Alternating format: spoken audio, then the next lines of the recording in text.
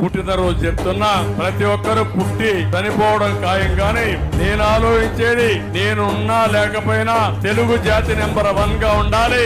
నేను చనిపోయిన తర్వాత కూడా మీ గుండెల్లో నన్ను పెట్టుకునేట్టుగా పనులు చేయాలని ఒకే ఆలోచన, వేరే ఆలోచన ఏమీ లేదు. నేను చూడని ముఖ్యమంత్రి పదవి కాదు ఇది. 14 ఏళ్లు ముఖ్యమంత్రిని, పెద్ద రాష్ట్రానికి ముఖ్యమంత్రి 9 ఏళ్లు, కేంద్రంలో ఆ రోజుల్లోనే ప్రభుత్వాలు ఏర్పాటు చేయడంలో ప్రముఖ పాత్ర వహించిన వాడిని నేను. ప్రధానమంత్రి పదవి ఇస్తానంటే వద్దని సున్నితంగా రాష్ట్ర అభివృద్ధి కోసం పనిచేసిన వ్యక్తిని నేను. అవునా కాదా మీరే చూసుకోండి, అది నా బ్రాండ్. కానీ బాధ, నాలాంటి వాడు ఇలాంటి సైకో దగ్గర తీసుకోవాలంటే చాలా బాధ ఉంటుంది, ఆవేదన ఉంటుంది. తప్పదు, మీకోసం, నా కోసరం కాదు, మీకోసరం, జాతి కోసరం, నన్ను గౌరవించిన మీకోసరం ఎన్ని అవమానాలైనా పడతా, ఎంత కష్టమైనా పడతా, మళ్ళీ తెలంగాణను బాగు చేశా. అది